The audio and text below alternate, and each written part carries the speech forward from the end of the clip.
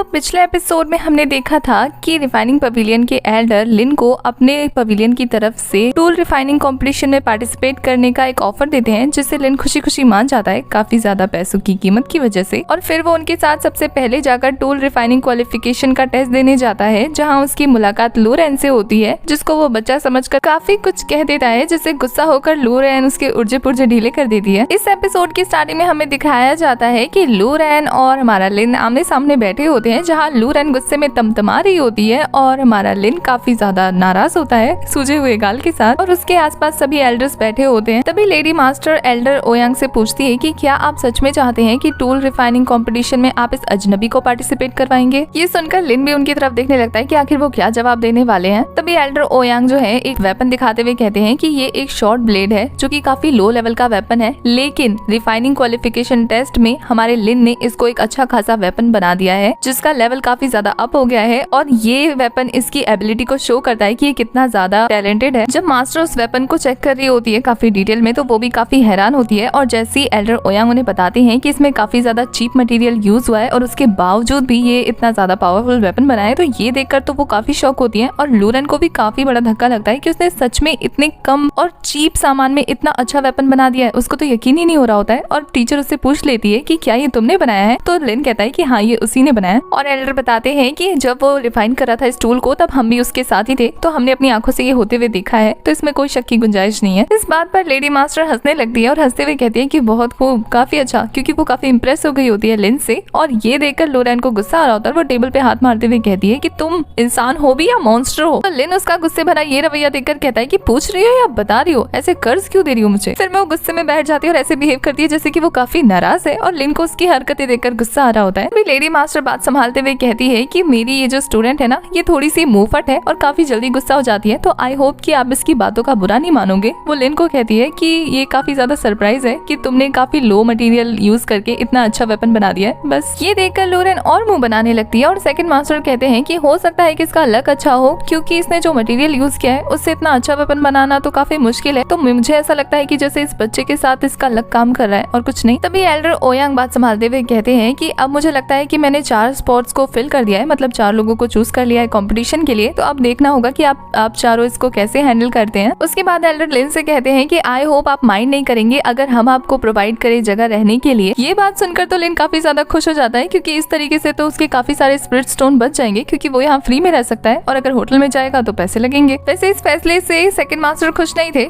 तभी Elder Ouyang जो है वो अपने बटलर को बोलकर लिन को भिजवा देते हैं उसके कमरे में, और यहाँ मास्टर लेडी भी बोल देती है अपने स्टूडेंट्स को वहाँ से जाने के लिए। सभी के जाने के बाद एल्डर ओयांग लेडी मास्टर से पूछ रहे होते हैं कि मेरा ये जो टूल रिफाइनर है ये जीनियस है ना, जिसपे मुस्कुराते हुए लेडी मास्टर कहती है कि हाँ जीनियस है, मैंने काफी सालों बाद ऐसा कोई पर्सन देखा है जो इतना मास्टर हो टूल रिफाइनिंग में। ये सुनते ही एल्डर काफी ज्यादा खुश हो जाते हैं और कहते हैं कि इसका मतलब अब तुम अपना वो सामान निकाल सकती हो। हमारे डील के मुताबिक तुमने कहा था कि अगर मैं लोरेन से कोई बेहतर ले आऊंगा रिफाइनर, तो उसके बाद तुम मुझे अपना कीमती ट्रेजर थंडरबोल्ट क्रिस्टल दे दोगी, जल्दी से निकालो। और ये सुनते ही तो लेडी मास्टर उन्हें बिना मन से अपना वो ट्रेजर दे देती है। वैसे तो लेडी मास्टर का देने का बिल्कुल भी मन नहीं होता है, लेकिन एल्डर ओयांग उनसे छीन लेते हैं। आखिर उन्होंने जीता जो है डील को। ये पाने के बाद वो काफी ज्यादा हंसने लगते हैं, और उन्हें देखकर लेडी मास्टर को गुस्सा आ रहा होता है। दूसरी तरफ बटलर को दिखाया जाता है, जो कि लिन को और लोरेन को उनके कमरों में छोड़ देता है, और उनके जाने के बाद हमारा लिन लोरेन से कहता है कि तुम्हें यहाँ और भी कुछ करना है मेरे साथ तो कर सकती हो।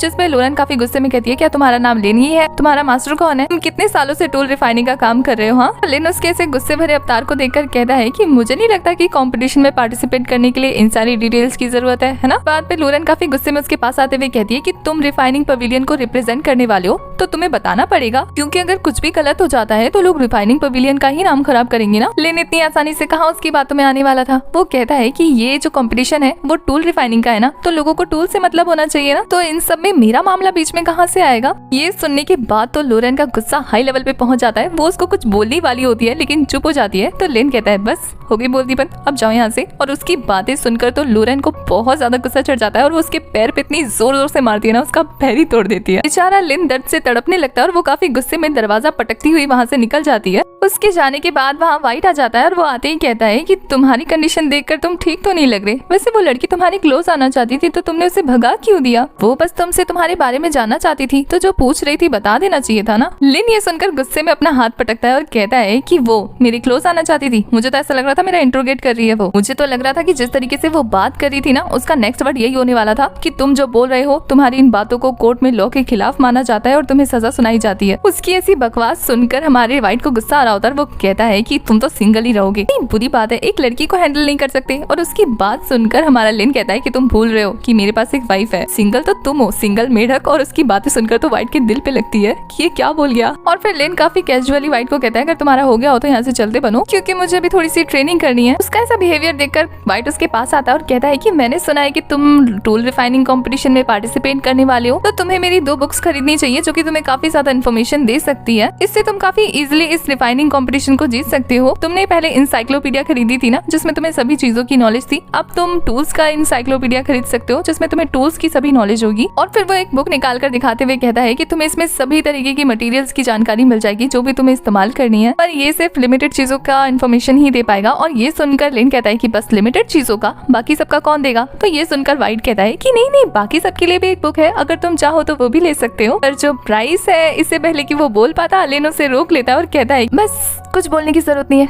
यहाँ से निकलो, मुझे कुछ नहीं चाहिए। ये सुनकर तो वाइट को बहुत बड़ा धक्का लगता है। उसे लगता है कि कहीं उसकी दुकान बंद ना हो जाए। और फिर वो कहता है कि मेरे पास एक और बुक है, 1000 हैमर बुक। इसमें तुम्हें सारी टेक्निक मिल जाएगी टूल रिफाइनिंग की। अगर तो तुम्हें अपने टूल रिफाइनिंग टेक्निक्स को लेवल अप करना है ना, तो तुम्हें इस बुक्स की जरूरत जरूर पड़ेगी, तो तुम्हें ये ले लेनी चाहिए। और वो काफी मक्खन मारा होता है। तो ये देखकर लिन कहता है कि अगर मैं दोनों खरीदूं तो? ये सुनकर वाइट खुश होते हुए कहता है हाँ बिल्कुल, क्यों नहीं, 30,000 पॉइंट्स ही तो लगेंगे बस। ये सुनकर तो लिन के होश उड़ जाते हैं और वो कहते हैं क्या कहा तुमने, फिर से कहना कितने? तो वो फिर से कहता है कि 30,000 पॉइंट्स। पर ऐसा वो इसलिए कह रहा होता है क्योंकि उसे पता है कि लिन ने बीस्ट की बॉडी बेच लिया और उसे काफी ज्यादा पैसे मिले हैं। तो वो जानता है कि 30,000 पॉइंट्स उसको देने में कोई हर्ज नहीं है। तो लिन को ये सुनकर झटका लगता है कि इसे तो सब कुछ पता है। वो कहता है कि तुम मेरे सारे पॉइंट्स ले लोगे, फिर मेरे पास क्या बचेगा? तो ये सुनकर वाइट हंसते हुए कहता है कि तुम्हारे पास अभी भी ओया के दिए हुए 10,000 स्पिरिट स्टोन है ना।